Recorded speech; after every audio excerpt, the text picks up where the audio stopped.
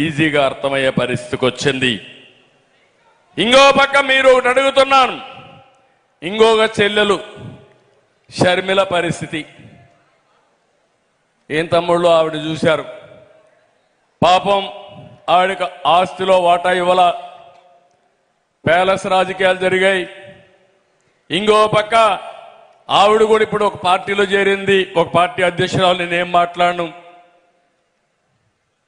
వాళ్ళ అన్నపై నుండే కోపంతో ఆవిడ మనల్ని కూడా విమర్శిస్తా ఉంది. నాకేం బాధ లేదు, మీరు విమర్శిస్తే నేను సమాధానం చెప్పుకునే సమర్థత మాకుంది, తెలుగుదేశం పార్టీకి ఉంది. ఆ విషయం ఆవిడ కూడా గుర్తుపెట్టుకోవాలి. కానీ ఇక్కడ మీరు చూస్తే సొంత చెల్లెల్ని ఎన్నికల ముందు పాదయాత్ర చేపించి ఊరూరు తిప్పి ఎట్లా ఉపయోగించుకున్నాడో మీరు చూశారు. అంటే టిష్యూ పేపర్ బాత్రూమ్ను మారిగా వాడుకొని ఈ అమ్మాయి ఆ టిష్యూ పేపర్ బారేసినట్టు ఇప్పుడు చెల్లెలు వదిలేసే పరిస్థితికి వచ్చాడు. ఏమి న్యాయమో నాకైతే అర్థం కాలేదు. అందరితో పర్వాలేదు, కుటుంబాల్లో తగరాదులు వస్తాయి, నేను ఎక్కడ తప్పుపట్టను. కుటుంబాల్లో తగరాదు వచ్చినా మీరు ఒక్క విషయం గుర్తుపెట్టుకోవాలి, సోషల్ మీడియాలో ఆవిడ నీ పైన పోరాడుతుందని ఆమె పుట్టిక పైన కూడా నీచంగా మాట్లాడావు. నీ సోదరి, నీ తల్లి, ఒక తల్లి ఒక మగబిడ్డనే ఒక ఆడబిడ్డను ఇచ్చేస్తే నీ సొంత చెల్లి ఎక్కడ ఆవిడ పుట్టుకను కూడా నీచంగా చిత్రీకరిస్తా ఉంటే నీ తల్లికి అవమానం కాదా? నీ కన్న తల్లికి అవమానం కాదా? కనీసం ఖండం చేశారా మీరు? సరే, నన్ను తిట్టాడు, పవన్ కళ్యాణ్ తిట్టాడు, మన ఆడవాళ్ళు తిట్టారు. కడాన పవన్ కళ్యాణ్ అన్నాడు, ఒకటే మాట అన్నాడు భరించలేక మొన్న మీటింగ్లో, అవునయ్యా నాకు 3 పెళ్ళాలు ఉన్నారు, నువ్వు 4వ పెళ్ళాగా రమ్మన్నాడు.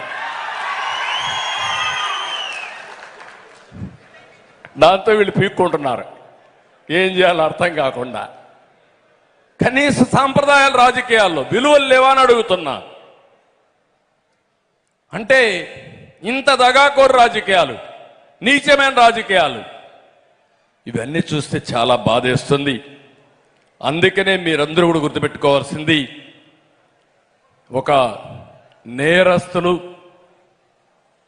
నేర స్వభావం ఉండే వ్యక్తులు అధికారాన్ని వ్యాపారంగా చేసుకుని డబ్బులే ప్రధానంగా ఆలోచించి ఎలాంటి నీచానికైనా కానీ చేస్తే ఇలాంటివే జరుగుతాయి. ఈ విషయం మీరు గుర్తుపెట్టుకోవాల్సిన అవసరం ఉంది. నిన్న ఒక అతను హైదరాబాద్లో తెలంగాణ అతను ఒకసారి మాట్లాడితే నాకు చాలా బాధేసింది. ఏంట్రా ఈ రాష్ట్రం అని. సార్, హైదరాబాద్ అంతా మీ వల్లనే వచ్చింది, సైబరాబాద్ మీరు నిర్మాణం చేశారు, బ్రహ్మాండమైన ఎకోసిస్టమ్ ఇచ్చారు.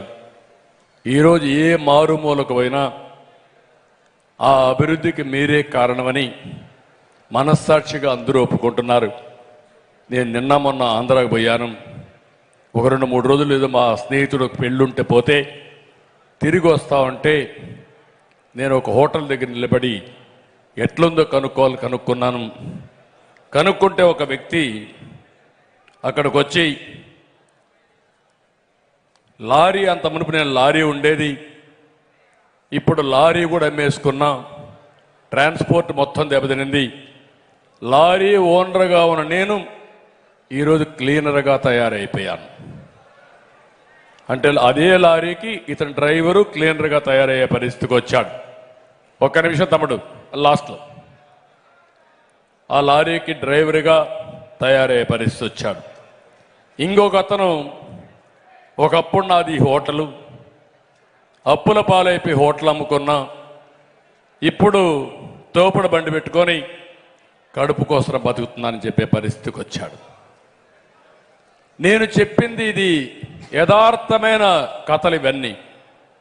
మీరు చూశారు రంగనాయకమ్మ, ఎక్కడో ఎల్జీ పాలిమర్స్లో యాక్సిడెంట్ జరిగితే ఇది తప్పని సోషల్ మీడియాలో ఒక పోస్టింగ్ పెట్టింది. మనసు చంపుకోలేక ఆవిడ ఎవరు లేరమ్మా, ఎవరు లేరు, ప్లీజ్ ఎవరు లేరు, ఏది లేదు, కూర్చోండి.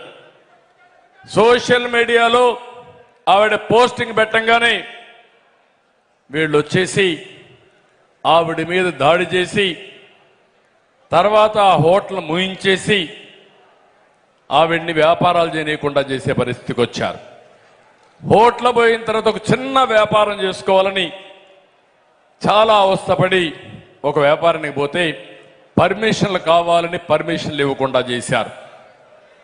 ఏమి చేయాలనో బ్రతకలేక గుంటూరు వదిలిపెట్టి హైదరాబాద్కి వెళ్ళిపోయి అక్కడ ఏదో చిన్న చిన్న పనులు చేసుకుంటూ పొట్టబోసుకునే పరిస్థితికి వచ్చిందంటే మీరు ఒక్కసారి ఆలోచించుకోవాల్సిన అవసరం ఉంది. ఇలాంటి వాళ్ళు చాలామంది, ఒకరిద్దరు కాదు, చాలామందిని మనం చూస్తే ఈరోజు చాలా దారుణంగా చనిపోయే పరిస్థితికి వచ్చారు. చాలామందిని వీళ్లే చంపేశారు. నేను ఈరోజు పల్నాడుకి వెళ్తున్నాను. ఒక్క పలనాడులో 30 మంది కార్యకర్తల్ని పొట్టన పెట్టుకున్నారు. నిన్నో మొన్నో నీళ్లు అడిగితే నువ్వు నీళ్లు అడిగే సాహసం చేస్తావని ఒక మహిళని ట్రాక్టర్ పెట్టి తొక్కిచ్చేశారు. అంటే ఇది పరాకాష్ట. మీరు చూశారు. మంచి డాక్టర్ సుధాకర్ ఏమడిగాడు? ఒక మాస్క్ అడిగాడు. కరోనా సమయంలో మాస్క్ నన్ను అడగతావని సస్పెండ్ చేసి పిచ్చివాణ్ణి చేసి ఎక్కడికక్కడ వేధించి కడాన హార్ట్ అటాక్తో చచ్చిపోయే పరిస్థితికి వచ్చాడు. సుబ్రహ్మణ్యం అనే ఒక డ్రైవర్ని చంపి కారులో డోర్ డెలివరీ పంపించారు. అబ్దుల్ సలాం అనే వ్యక్తి నంద్యాలలో బతకలేక ఏం చేయాలో దిక్కు తెలియకుండా భార్య 2 పిల్లలతో ట్రాక్ పైన పోయి బలవంతపు ఆత్మహత్యలు చేసుకునే పరిస్థితికి వచ్చారు. ఈ విధంగా చాలా మందిని చంపేశారు. చాలా మంది ఆత్మహత్యలు చేసుకున్నారు బతకలేమని. నేను ఒకటే ఇక్కడే నాయకులకి కార్యకర్తలు చెప్తున్నా, ఇలాంటి వ్యక్తులు కానీ మళ్ళీ ఏదైనా జరిగితే ఇప్పటికే రాష్ట్రం 30 ఏళ్లు పోయింది, ఎవరికి రక్షణ ఉండదు. ఆ విషయం మీరు గుర్తుపెట్టుకోవాల్సిందిగా మిమ్మల్ని అందరినీ కోరుతున్నా. ఈరోజు కులాలను రెచ్చగొడుతున్నాడు. నిన్న చూశారు, జనసేన తెలుగుదేశం పార్టీ పొత్తు పెట్టుకుంటే ఈ 2 పార్టీలకు లేని బాధ వైఎస్ఆర్ కాంగ్రెస్ పార్టీకి వచ్చే పరిస్థితికి వచ్చింది. 2 రాజకీయ పార్టీలు ఒక అవగాహనకు వచ్చాం, ఒక సయోధ్యకు వచ్చాం, ఒక అవసరాన్ని గుర్తించాం. రాష్ట్ర ప్రయోజనాల కోసం 2 పార్టీలు కలిసి పోటీ చేయాలనేది మేము ఆలోచించి మేము నిర్ణయం చేస్తే మీకు బాధ దేనికని నేను అడుగుతున్నా. ఆ విషయమే పవన్ కళ్యాణ్ గారు కూడా మనం చెప్పారు. నేను కూడా చాలా స్పష్టంగా చెప్తున్నా, నా జీవితంలో ఎవరికైనా రాజకీయంగా మీరు నన్ను చూశారు, 40 ఏళ్ళు చూశారు. నేనేం కొత్త కాదు. అనేక రాజకీయ పార్టీలతో పొత్తు పెట్టుకున్నాం. ఎప్పుడు ఎవ్వరికి ఇవ్వని గౌరవం ఈరోజు పవన్ కళ్యాణ్కు జనసేన నాయకులకి కార్యకర్తలకి ఇస్తున్నామంటే అది మా సాంప్రదాయం, అది మా అవసరం. ఈ రాష్ట్రం కోసం